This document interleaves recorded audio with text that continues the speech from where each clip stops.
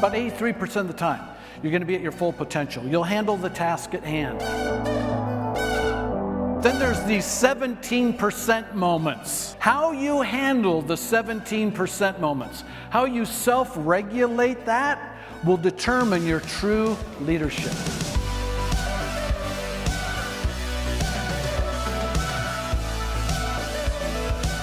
Followers talk about problems. They talk about how busy they are. Leaders are always talking about solutions. You've got to shift from victim to leader. I changed the way I started to think, speak, and act. And you know what happened? A whole different result started to occur in my life.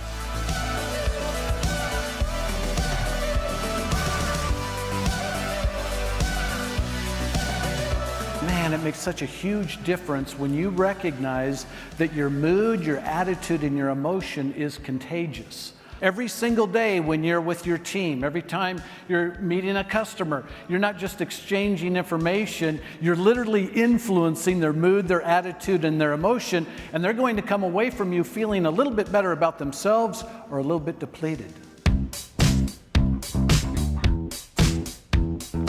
I really want to talk to you about some strategies. How do you stay motivated? There are 3 buckets that we need to fill. If you don't fill it, it's going to run out, and you're going to be trying to dip into your bucket and give to other people, and there's nothing there. And a lot of leaders today are self-sabotaging. They're working really hard, and they're doing lots of great work, but they get to that moment of stress, and they'll actually self-sabotage themselves. But if you want to have great potential, if you want to be a true leader of influence, you're going to learn to master those moments. They don't know about the traffic in my life. And it was in a time where my business had kind of flattened off. I think it was that whole period where I was kind of going through the victim period. And we started to look at my activities. I said, you know, it's the busiest year I've ever had. Man, have I been busy. But I haven't been that productive. And what we realized is I wasn't focusing on my MVPs, my most valuable and profitable use of time. One of the things I will do with leaders is we'll sit down and I'll have them create their definite dozen list. What is your definite dozen list? Your definite dozen are the 12 activities that represent your MVPs, your most valuable, profitable use of time. Not trivial, not time-wasting, but powerful work. They say whatever keystone habits we put in place creates a chain reaction of positive momentum. Your highest performing leaders are very self-aware. I'm always talking to leaders about sustainability and their health and how are they holding up.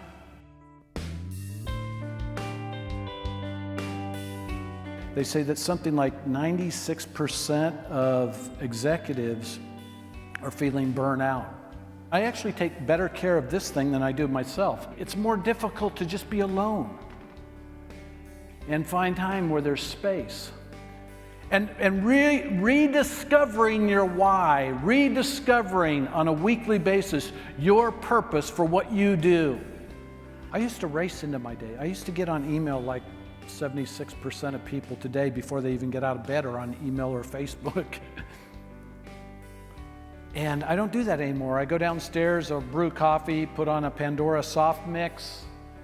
I actually spend 15 minutes in a spiritual time of reflection and gratitude, and I try to write out a prayer. And what that does every time I start my day is it recenters me. It reestablishes me as a person, not a machine. Part of this week, along with vacation, is going to be about you rediscovering your why and your purpose. You say, well, how do you create a vision? What do you want to accomplish in the next 12 to 24 months that's going to stretch you, that's going to inspire you? What are the 3 stretch professional goals that you have in the next 12 to 24 months? Maybe coming out of this conference, there's going to be a new level of potential and success that you never really even dreamed or even had thought about. It's amazing what vision, vision is a picture. If you think about it, it's a picture of the future that creates passion in the present. When I have vision, I'm passionate. When I don't have vision, I'm not very passionate about my life. I start kind of going through the motions. Things become mechanical. Shift from kind of a vague black and white. Get crystal clear with your vision. How clear are you with your personal vision in work and in life? There are two creations in life. One is invisible in your mind's eye. And then there's a physical creation. And it takes a lot of hammering and chiseling and eliminating the trivial. Taking away things that don't represent the masterpiece that you are. Anybody here ever get in a pity party? Don't leave me up here alone. Anybody? Okay. I was kind of in a pity party. I was in a funk.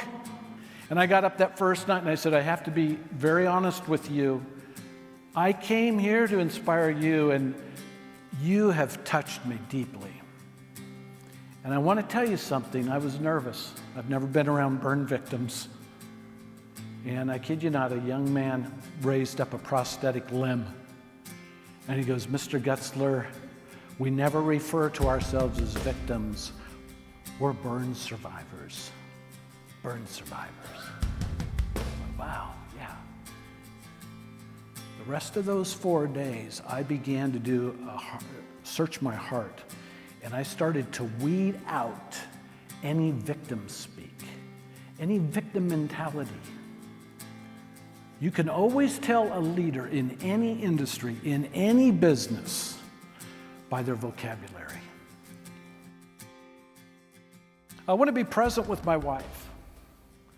I want to be present when my kids come over, grandkids come over. I don't want to be a nuisance and out of balance in my life. I've lived in those eras before, and it's not very fulfilling. Most people I talk to in business are smart. But we got to be both smart and healthy. Smart and healthy. We're always talking about how do you keep the fire burning. I want to remind you, it's not about being fast. It's about finishing, and finishing with the right people. Be a leader in these next months.